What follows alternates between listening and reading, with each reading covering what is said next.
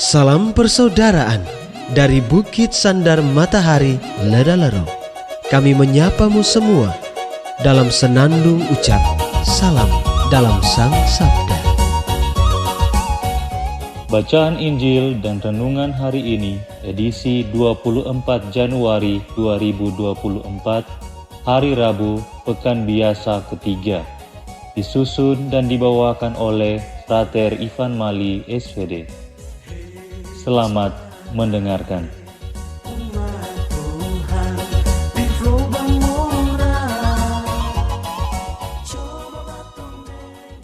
Bacaan diambil dari Injil Markus, bab 4 ayat 1 sampai 20. Pada suatu hari, Yesus mengajar di tepi danau Galilea. Maka datanglah orang yang sangat besar jumlahnya mengerumuni dia, sehingga ia terpaksa naik ke sebuah perahu yang sedang berlabuh, lalu duduk di situ. Sedangkan semua orang banyak itu ada di darat, di tepi danau itu.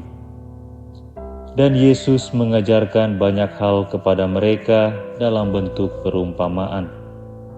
Dalam ajarannya itu, Yesus berkata kepada mereka, "Dengarlah, ada seorang penabur keluar untuk menabur. Pada waktu ia menabur, sebagian benih itu jatuh di pinggir jalan, lalu datanglah burung dan memakannya sampai habis. Sebagian jatuh di tanah yang berbatu-batu, yang tidak banyak tanahnya, lalu benih itu pun segera tumbuh, karena tanahnya tipis. Tetapi sesudah matahari terbit, layulah ia dan menjadi kering karena tidak berakar. Sebagian lagi jatuh di tengah semak duri, lalu makin besarlah semak itu dan menghimpitnya sampai mati, sehingga benih itu tidak berbuah. Dan sebagian jatuh di tanah yang baik, lalu tumbuh dengan subur dan berbuah. Hasilnya ada yang 30 kali lipat, ada yang 60 kali lipat, ada yang 100 kali lipat." Dan Yesus bersabda lagi, "Siapa mempunyai telinga untuk mendengar, hendaklah ia mendengar." Ketika Yesus sendirian, pengikut-pengikutnya dan ke-12 murid menanyakan arti perumpamaan itu. Jawabnya, "Kepadamu telah diberikan rahasia kerajaan Allah, tetapi kepada orang-orang luar segala sesuatu disampaikan dalam perumpamaan, supaya sekalipun melihat, mereka tidak menangkap, sekalipun mendengar, mereka tidak mengerti, biar mereka jangan berbalik dan mendapat ampun." Lalu Yesus berkata kepada mereka, "Tidakkah kamu mengerti perumpamaan ini? Kalau demikian, bagaimana kamu dapat memahami semua perumpamaan yang lain?" Penabur itu menaburkan sabda.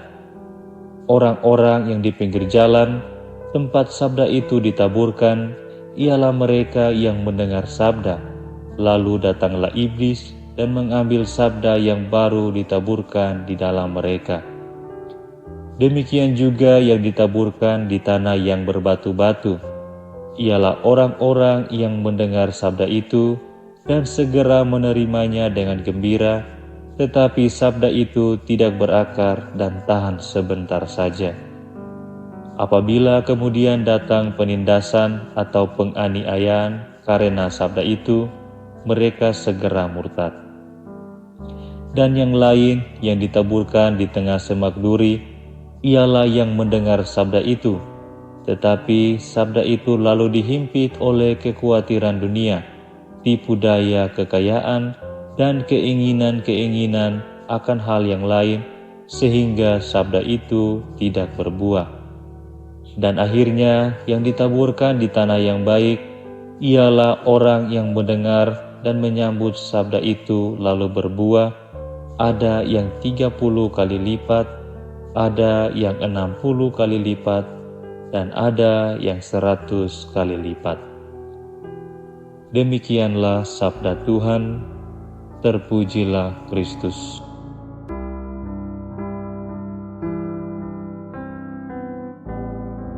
Bapak, Ibu, saudara-saudari terkasih, salam dalam Sang Sabda. Kita selalu menemukan orang-orang berbeda dari diri kita. Mereka berbeda dari kita baik secara fisik, karakter, bahkan juga dari cara mereka melihat dan menilai sesuatu. Perbedaan inilah yang menarik. Karena ada perbedaan, kita lebih banyak tahu tentang segala hal. Kita diperkaya oleh perbedaan-perbedaan di antara kita. Berbicara tentang manusia yang berbeda-beda, Yesus dalam Injil hari ini dengan jelas menunjukkan perbedaan cara setiap orang menanggapi sabda Tuhan. Dalam perumpamaannya tentang seorang penabur, manusia diumpamakan dengan benih-benih. Ada benih yang jatuh di pinggir jalan, lalu berakhir dengan dimakan burung. Ada yang jatuh di antara batu-batu dan tumbuh, tetapi karena tidak berakar dalam, ia kemudian mati karena diterpa sinar matahari. Yang lain lagi jatuh di antara semak duri, kemudian mati karena terhimpit olehnya. Benih yang terakhir jatuh di tanah yang subur, tumbuh dan berbuah, hasilnya berkali-kali lipat banyaknya. Di antara semua benih yang ditabur, hanya benih yang jatuh di tanah yang suburlah yang mempunyai kemungkinan paling besar untuk hidup dan bertumbuh.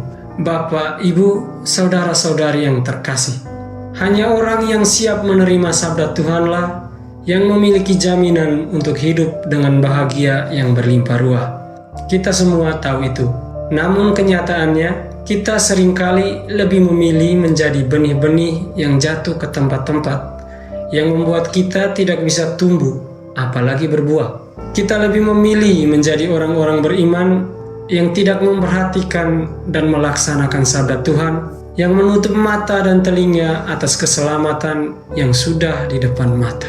Bagaimana caranya agar kita bisa menjadi benih yang baik bagi sesama, keluarga, dan yang terutama bagi kebahagiaan dan keselamatan kita sendiri? Sederhana saja.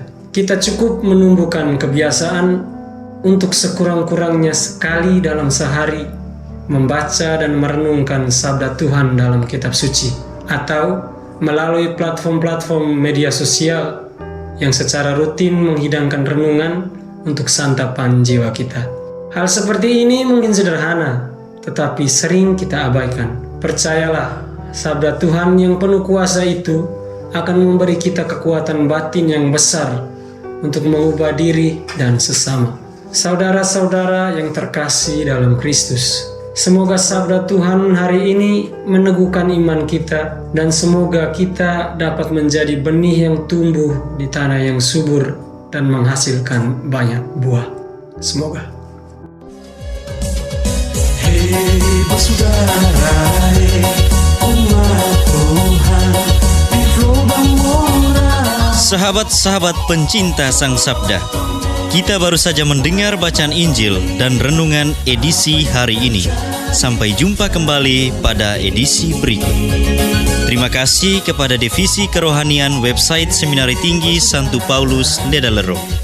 Semoga Sang Sabda menjiwai seluruh pengalaman hidup kita hari ini. Tuhan memberkati kita sekalian. Amin.